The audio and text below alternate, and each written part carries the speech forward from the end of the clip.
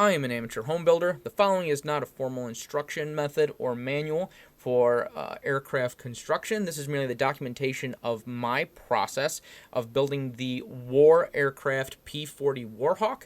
The purpose of this video is merely to show you that this is possible for a layman craftsman to build. I hope you enjoy the following video. Alright, hello everybody, it's Matt with Downrange Firearms. Today I am in Brad's fantastic garage, getting started on the airplane project a little bit more. Apologize for all the traffic, it's not going to be super quiet on this project. I am working on the actual construction tables that the plans are going to get laid on as time progresses, so stick tuned. I'm going to have some time lapses, then I'll break down for some commentary on the specific things I'm working on. Right now I'm just going to get set up. Once that's all done, I will break and then do another little cut sequence here with describing some of the stuff that I'm working on and all the cool stuff that goes with it, so stay tuned. It's amazing how getting this piece of plywood up on a pair of sawhorses way easier with a little bit of help. Alright, so next step in this project, now that the deck's up here, and we'd rather not laugh at the fiasco that's me trying to mount this by myself. This is going to get lined with 2x4 structure, so a 2x4 frame on the outside, and then every 12 inches, it's going to get another 2x4 on the bottom of it. That's the reason for that is when we flip this thing over, so the 2x4s are on the bottom half of it, it's the support structure, we'll actually mount a copy of the plans on the top of this, and we'll actually drill the mounts when we're doing the main spar, the frame, the structure, all of that stuff. We'll actually drill all the way through this particle board top right into the subframe, so it all kind of holds it into place, so it's nice and solid and stable. Both of the decks are going to be incredibly heavy and incredibly stable, but they're going to hold everything together, so when we actually start doing the spar, it's going to be mounted to hard framing instead of just to this particle board, this 3/4 inch particle board. Just like they describe with the plans, it's how they suggest you do it, it's the materials they suggest you doing it with, so we're going to probably stick to that as much as we can, so stay tuned and enjoy the next time lapse.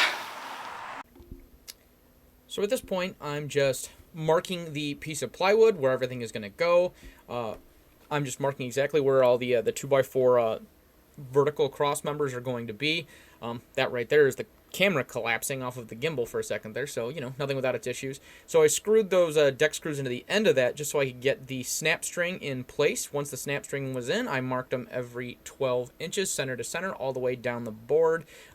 This piece of plywood was about an inch longer. I think it was 97 inches instead of 96 inches. No big deal. We just had to deal with a little that extra little bit of gap.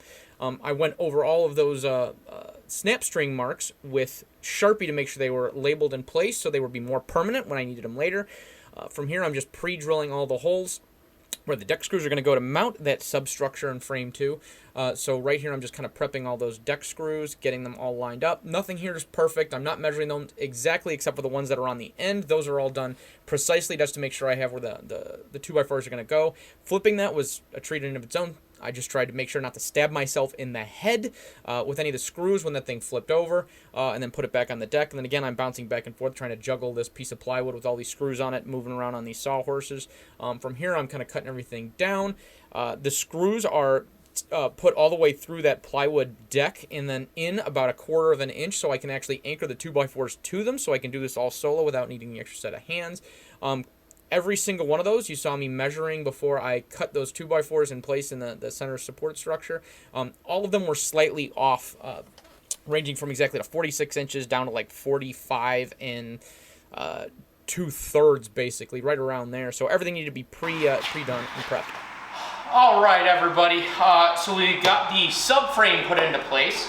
Some things to think about with this subframe. The reason this is all in here just like this, and we have so much support, this plane doesn't weigh that much. We could probably get away with just a good sheet of plywood and a regular set of sawhorses. It's going to be one of those days.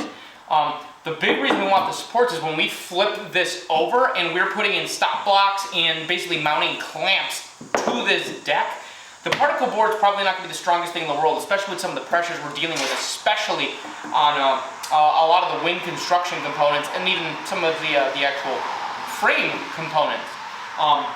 This is going to allow us to be able to drill right through here because If you watched during the video, I was going at it with that Sharpie, so I have each of these members marked on the flip side, so when I mount this sucker down, I'll already have indexes in place, so all I have to do is whoop, zip right through, and I can mount directly to this deck with some of the advanced level stuff. So food for thought on all of that good jazz.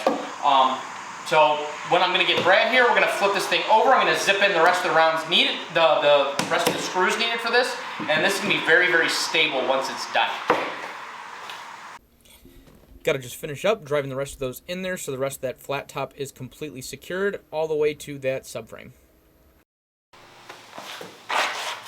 So here it is, completed table. Doesn't have any legs. It's meant to go on sawhorses. I don't know how well you can tell in that video, and you can kind of. It's marked so I know exactly where all the substructure is. So all the 2x4s are marked here with Sharpie on the top of this.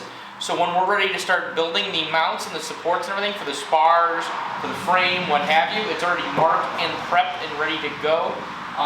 This one's definitely going to be the important one for when we're building the main spars and then the wing spars, just because there's a lot more tension that those are going to be under. That's what that support structure is for.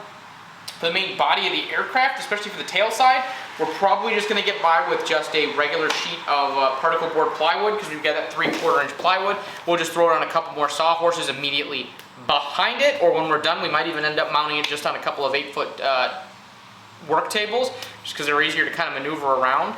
Plus, we could probably figure out a way to clamp them together so there's less of a tip risk. But yeah, this is going to be the final work table that we're going to use for the spar and things like that. So stay tuned for sure and see what's coming next once the construction starts.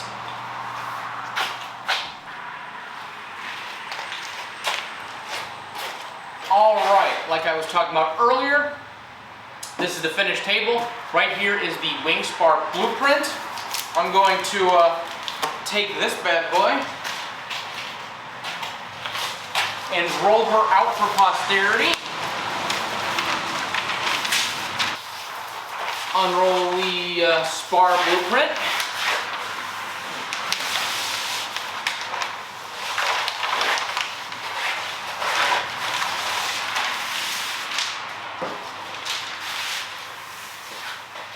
Once the spar plan is on there, everything we need to kind of start that build is ready to roll.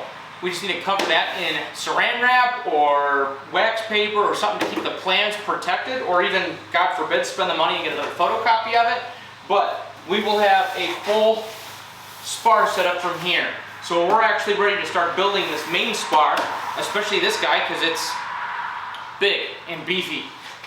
What we'll actually do is we'll actually mount the stop blocks for this particular process right here to the deck.